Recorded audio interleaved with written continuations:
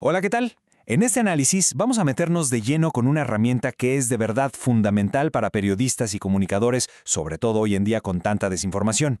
Hablamos de la hermenéutica de la sospecha. Vamos a empezar con una pregunta, que es la base de todo. Y la respuesta, para ir al grano, es un rotundo no. ¿Los medios? Pues no son un espejo neutral de lo que pasa. Y justo entender por qué es el primer paso para poder hacer un periodismo que de verdad sea crítico.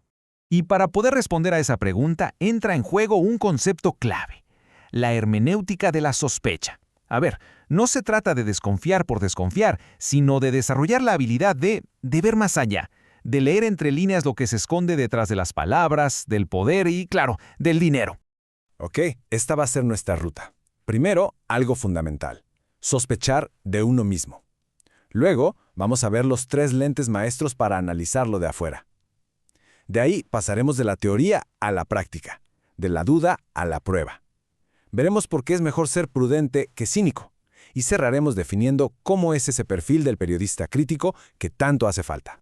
Muy bien, pues entremos de lleno al primer nivel, que es quizá el más importante de todos: empezar por cuestionar nuestras propias ideas.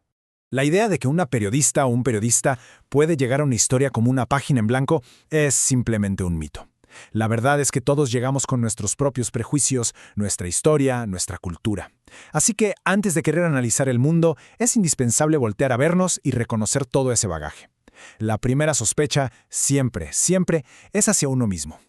Y para lograr esto, hay 3 competencias clave que hay que dominar. Primero, la reflexividad, o sea, mirarse al espejo sin miedo y preguntarse ¿cuáles son mis sesgos? Segundo, el círculo hermenéutico. Esto suena complejo, pero es la capacidad de ir de lo chiquito, como un simple tuit, a lo grande, a todo el contexto político y social que le da sentido. Y tercero, y esto es crucial hoy en día, rechazar el falso equilibrio. Hay que entender que poner en el mismo nivel una verdad comprobada y una mentira descarada, eso no es ser imparcial, es en realidad darle plataforma a la desinformación.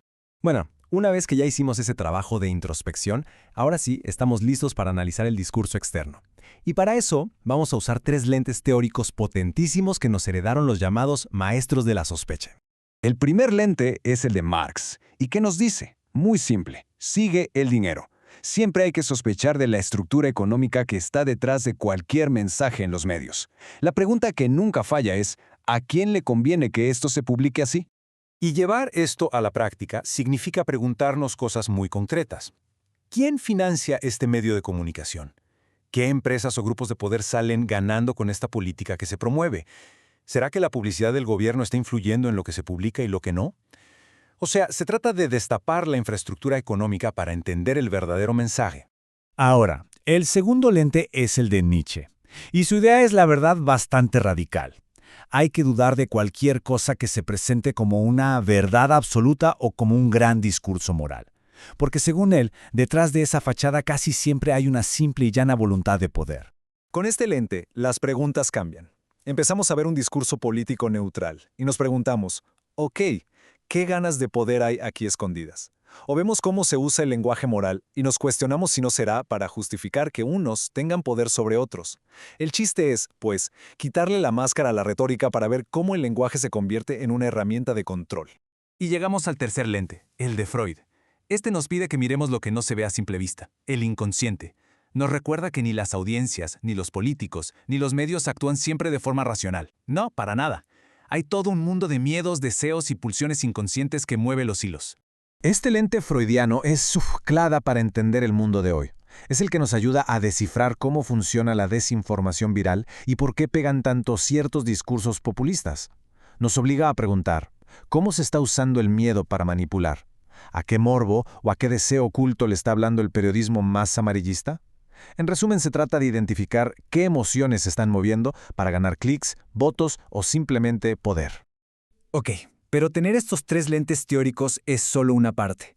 La teoría por sí sola no es suficiente. Por eso llegamos al nivel 3. Aquí es donde la sospecha se tiene que convertir en evidencia tangible. Es el momento de pasar de la duda a la prueba. Es el corazón del periodismo de investigación. Este es justo el brinco fundamental, del marco teórico a la chamba práctica. O sea, de las ideas que nos dan Marx, Nietzsche y Freud, a los datos duros, los documentos, la evidencia. La sospecha nos da una buena corazonada, una hipótesis, pero son los datos los que nos permiten construir una historia sólida. Y bueno, ¿cómo se logra esto en la práctica? Hay varias vías. Una, exprimir las leyes de transparencia para conseguir documentos oficiales y bases de datos. 2, hacer un análisis a fondo del ecosistema digital.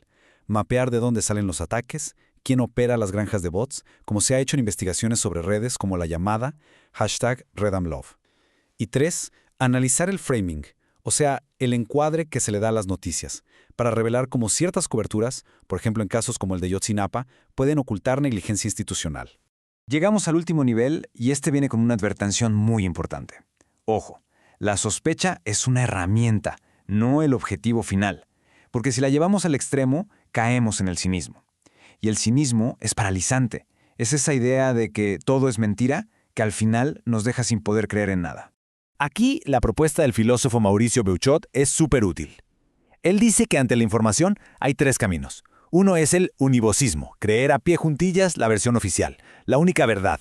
El riesgo es volverse propagandista. El otro extremo es el equivocismo, pensar que todo es relativo o que mi opinión vale lo mismo que tus datos. Ese es el cinismo que le abre la puerta a las fake news. Y en medio está la analogía, que es la búsqueda de un juicio prudente, equilibrado, justo.